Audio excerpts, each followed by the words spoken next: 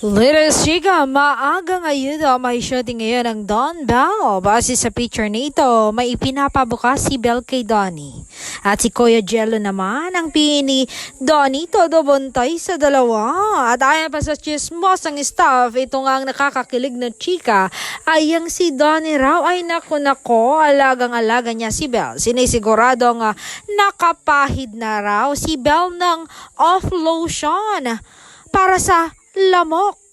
Basta alagang-alaga niya raw ang dalaga.